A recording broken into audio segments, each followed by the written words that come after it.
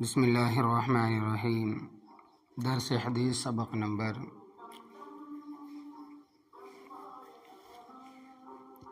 4۔ محبت رسول کا انعام، یعنی نبی کریم صلی اللہ علیہ وسلم سے محبت کرنے کا انعام۔ حضرت ابو ہریرہ رضی اللہ تعالیٰ عنہ سے روایت ہے کہ رسول اللہ صلی اللہ علیہ وسلم نے فرمایا کہ میری اور تمہاری حالت اس شخص کی سی ہے جیسے کسی نے آگ روشن کی اور اس پر پروانے گرنے لگے اور وہ ان کو ہٹاتا ہے مگر وہ اس کی نہیں مانتے اور آگ میں دھسے جاتے ہیں۔ اسی طرح میں تمہاری کمر پکڑ پکڑ کر آگ سے ہٹاتا ہوں کہ دوزخ میں لے جانے والی چیزوں سے روکتا ہوں اور تم اس میں گھسے جاتے ہو۔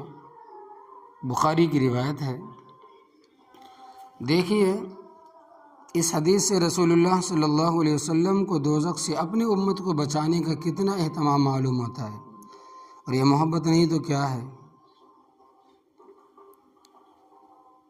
اگر ہم کو ایسی محبت والے سے محبت نہ ہو تو بڑا افسوس ہے۔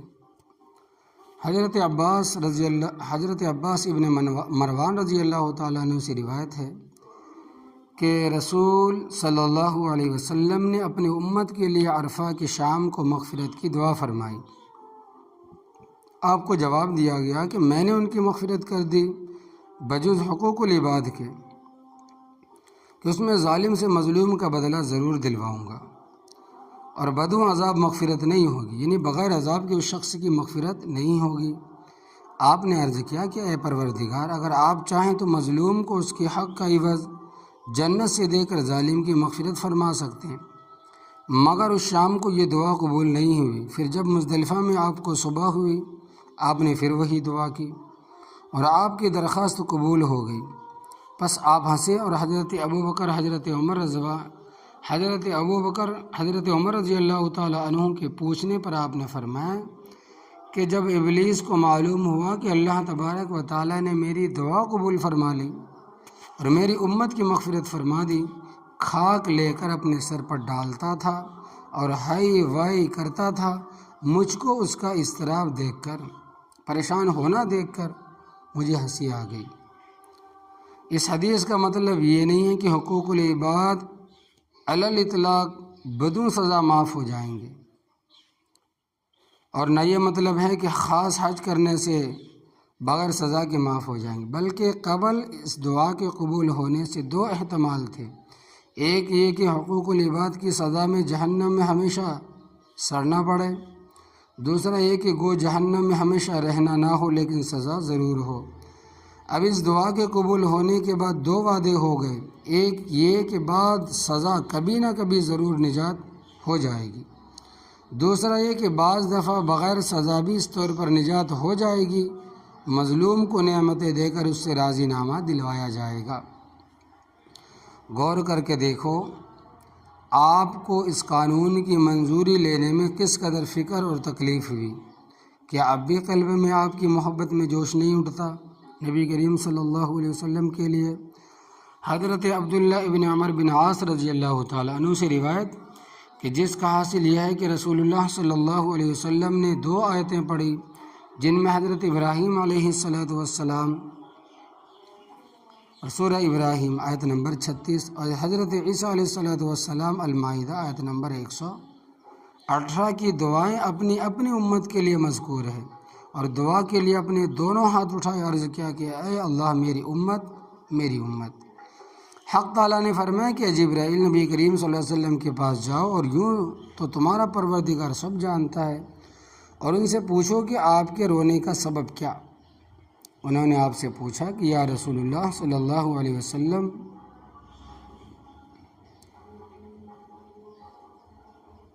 نے جو کچھ کہا تھا ان کو بتلایا۔ حق تعالیٰ نے جبرائیل علیہ السلام سے فرمایا کہ نبی کریم صلی اللہ علیہ وسلم کے پاس جاؤ اور کہو آپ کو آپ کی امت کے معاملے میں خوش کر دیں گے اور رنج نہیں دیں گے۔ اس کو بھی روایت کیا ہے مسلم نے۔ حضرت ابن عباس رضی اللہ تعالیٰ عنہ کا قول کہ آپ تو کبھی بھی خوش نہ ہوں گے اگر آپ کی امت میں سے ایک آدمی بھی دوزخ میں رہے۔ در منصور عن الخطیب، اور اللہ تبارک و تعالیٰ نے وعدہ فرمایا کہ آپ کو خوش کرنے کا، تو انشاءاللہ تبارک و تعالیٰ آپ کا ایک امتی بھی دوزخ میں نہیں رہے گا۔ اے مسلمانوں، یہ سب دولتیں اور نعمتیں جس ذات کی برکت سے نصیب ہوئی، اگر ان سے محبت نہیں کرو گے تو پھر اور کس سے کرو گے؟ حضرت عمر رضی اللہ تعالیٰ عنہ سے روایت ہے کہ ایک شخص تھا جس کا نام عبداللہ اور لقب حمار تھا۔ نبی کریم صلی اللہ علیہ وسلم نے اس کو شراب نوشی میں سزا بھی دی تھی۔ ایک دفعہ پھر لایا گیا اور سزا کا حکم ہو کر سزا دی گئی۔ ایک شخص نے کہا کہ یا اللہ، اس پر لعنت کر، کس کثرت سے اس کو لایا جاتا ہے۔ رسول اللہ صلی اللہ علیہ وسلم نے فرمایا کہ اس پر لعنت نہ کرو، واللہ میرا علم یہ ہے کہ اللہ تبارک و تعالیٰ اور رسول اللہ صلی اللہ علیہ وسلم سے محبت رکھتا ہے۔ روایت کے اس کو ابو داؤد نے اللہ تبارک و تعالیٰ اور رسول اللہ صلی اللہ علیہ وسلم سے محبت رکھنے کی کتنی قدر فرمائی گئی کہ اتنا بڑا گناہ کرنے پر بھی اس پر لعنت کی اجازت نہیں دی گئی۔ اے مسلمانوں، ایسی مفت کی دولت جس میں نہ محنت نہ مشقت کہاں نصیب ہوتی ہے، اس کو ہاتھ سے مت دینا، جانے دینا۔ اپنی رگ و رگ میں اللہ تبارک و تعالیٰ رسول اللہ صلی اللہ علیہ وسلم کی محبت اور عشق سما لینا اور رچا لینا، یہ حدیث مشکات میں ہے۔ اور ایک در مسعور کی روایت جس میں اس کا نام لکھ دیا ہے، اس میں اعتقاد اور اس عمل میں یہ فائدے، کیسی ہی مصیبت یا پریشانی کا واقعہ اس سے دل مضبوط رہے گا، یہ سمجھے گا کہ اللہ تبارک و تعالیٰ کو یہی منظور تھا، اس کے خلاف ہو نہیں سکتا، اور وہ جب چاہے گا اس کو رفع کر دے گا۔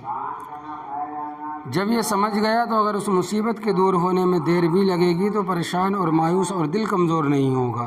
نیز جب یہ سمجھ گیا تو کوئی تدبیر اس مصیبت کے دفع کرنے کی ایسی نہ کرے گا جس سے خدا تعالیٰ ناراض ہو۔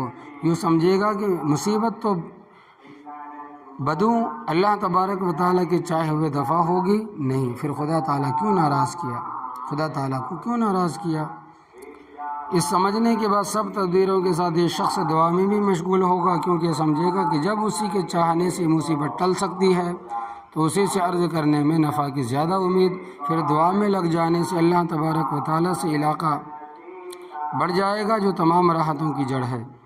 جب ہر کام میں یہ یقین ہوگا کہ اللہ تبارک و تعالیٰ ہی کرنے سے ہوتا ہے تو کسی کامیابی میں اپنی کسی تدبیر یا سمجھ پر اس کو ناز اور فخر اور دعویٰ نہ ہوگا۔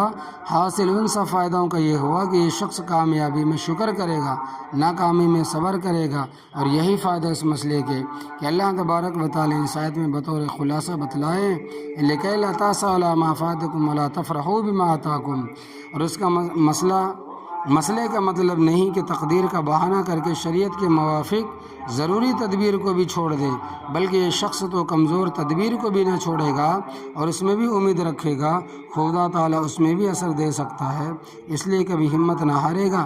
جیسے بعض لوگوں کو یہ غلطی ہو جاتی ہے، اور دین تو بڑی چیز ہے، دنیا کے ضروری کاموں میں بھی ایسی کم ہمتی کی برائی حدیث میں آئی ہے